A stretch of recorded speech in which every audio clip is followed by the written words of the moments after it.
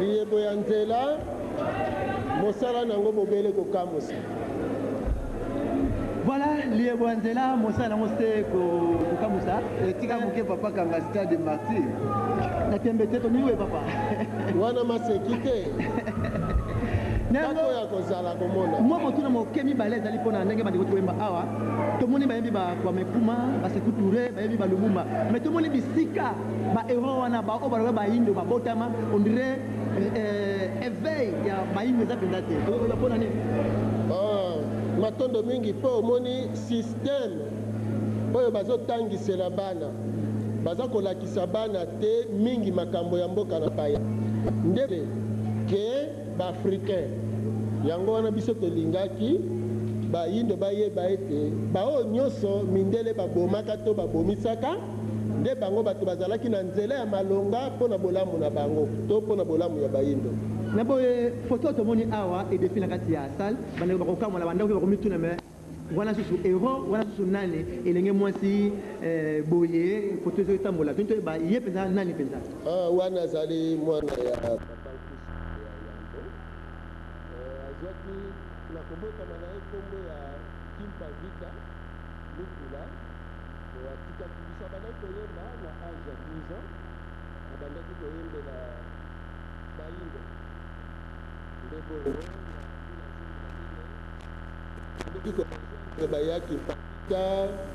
na mbuta matwa na mbuta matondo mingi papa ndenge opesi bien na yango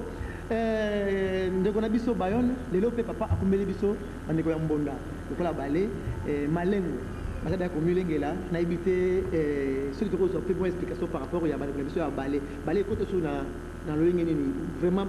bakorepresente nini mpe bakopesa sango na nini bakopesa kaka sango na nyonso omoni bokundoli soki okei kokundola okokundola nyonso te bozonga na esika bobungelaki soki bozongi na mboka na bino bokokuta nyonso ezalaka nde ntina wana toti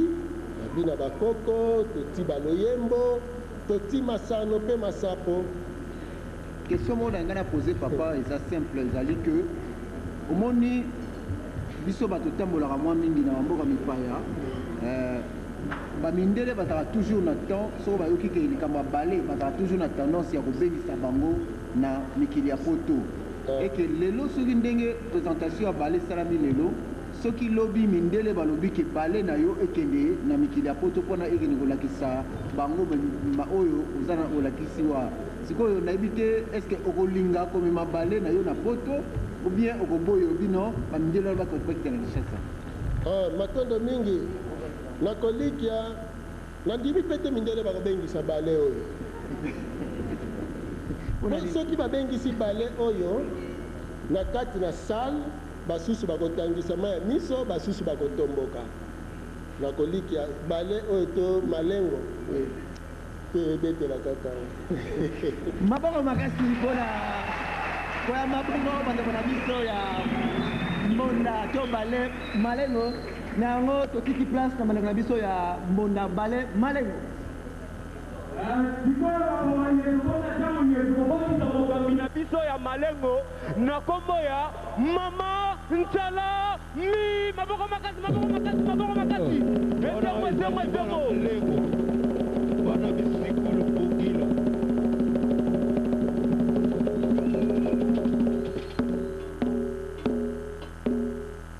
ona tango ya bakoko na biso bazalaki na bolingo makasi bazalaki kovanda na dialungila ozwi ndambo pesi mpe moninga ndambwe lelo na tango na biso ebongwani ya solo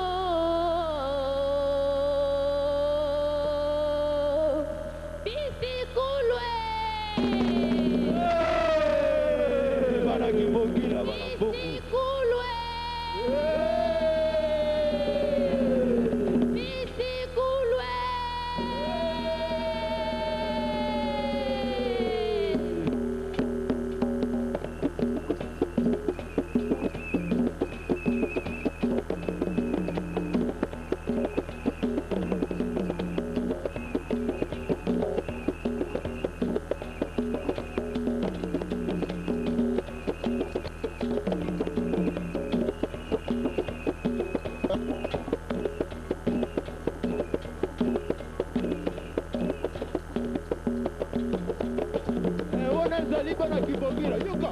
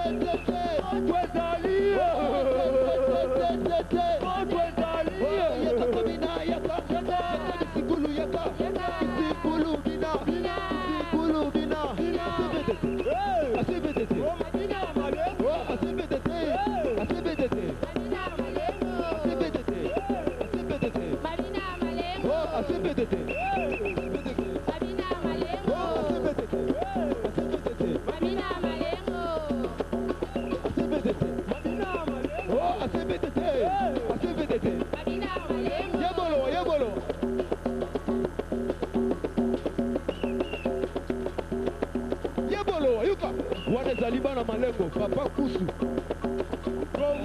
Goma mabina bakoko tobina Goma yoka kuna tige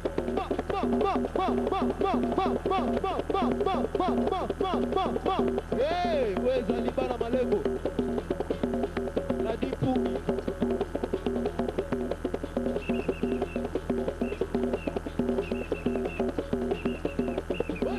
nanga yembela